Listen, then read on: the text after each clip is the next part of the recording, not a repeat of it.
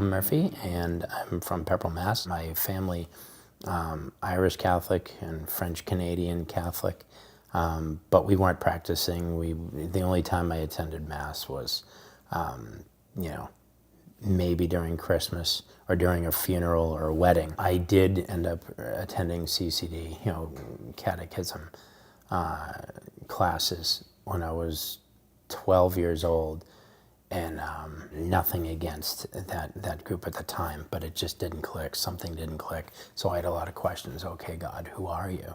And one of my friends was a Christian, and I ended up going to the youth group, and I said, wow, what these people have, I want. In a time of turmoil with my family, my mom got remarried.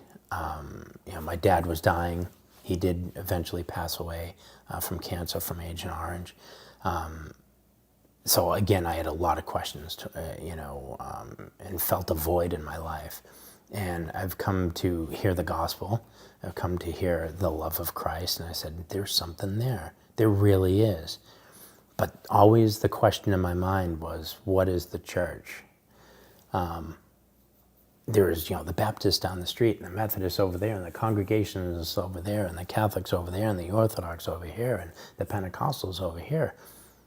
You know, yet there's one Lord, one faith, one baptism. What's going on? Why do we not agree? I was constantly reading, studying, praying, and thanks be to God, I had a lot of really great Christian friends, Bible-believing Christians. We studied, you know, the scriptures. We prayed. I got involved in youth ministry, became a youth pastor, but the more I studied, the more I prayed. The more I studied, the more I prayed. What is the church? And to be honest, I never became a member of a church. I remember leading a missions trip to Trinidad in my late 20s, and it was really good because they had to ask us. They had to interview us, the elders of the church, to make sure, okay, I'm about to represent this church going as a, you know, short-term missions. And they said, how come you're not a member? And that was a really good question. And then you know, they said, well, at least write a statement of faith. And I did, and I went to Trinidad, and it was a great experience. But again, I never, due to my conscience, I could never say, okay, I'm going to be a member of this church. I just couldn't. Because what is the church? Is it just someone who states that they follow Jesus? Maybe a little bit. Maybe there's something there.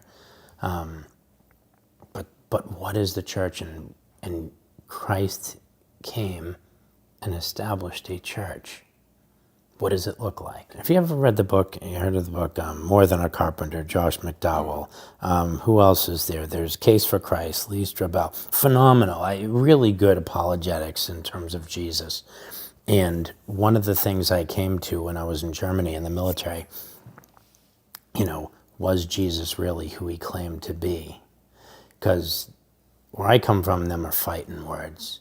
When someone claims to be, I am the way, the truth, and the life, and no man can go to the Father but through me, that goes against relativism. That goes against our modern, postmodern culture. He either is who he said he was, or he was the whole Lord, liar, lunatic thing. C.S. Lewis talks about it in Mere Christianity. And a lot of people in America, you know, in our postmodern culture, they want to be spiritual, just not be religious. And yet we have this thing called the Catholic Church, and it has a lot of claims. So we can't just say, because it's funny, sometimes I'll talk to a Protestant brother and he'll say, oh, you're Catholic, well, that's nice. I'm like, well, is it? You know, the church makes some very strong claims, and we have to deal with those claims. At least I had to in my search for truth. And that's, at the end of the day, we search for truth. Truth is bigger than we are. And I had to come to the conclusion that, you know, Jesus is the way, the truth, and the life, and he established a church, and he bestowed authority upon the apostles. And I better keep my ears open and start listening. So it's, like I said, it's been a little bit of a difficult journey, you know, for my wife as well. You know, there was a little bit of freedom in being your own pope as an evangelical. At the same token, it didn't work. It wasn't true freedom. In my Protestant days, I felt like it was in a dating relationship with Christ. You know, a lot of passion there, a lot of excitement, you know, but I felt like my days of approaching into the Catholic faith, it was the consummation, it was the marriage, it was the bride of Christ, and it goes a lot deeper than that, but basically receiving the Eucharist, and it was a marriage, it was a completion of what I've been looking for, and I can finally say I'm a member of a church, the one holy Catholic and Apostolic Church, and it's a blessing.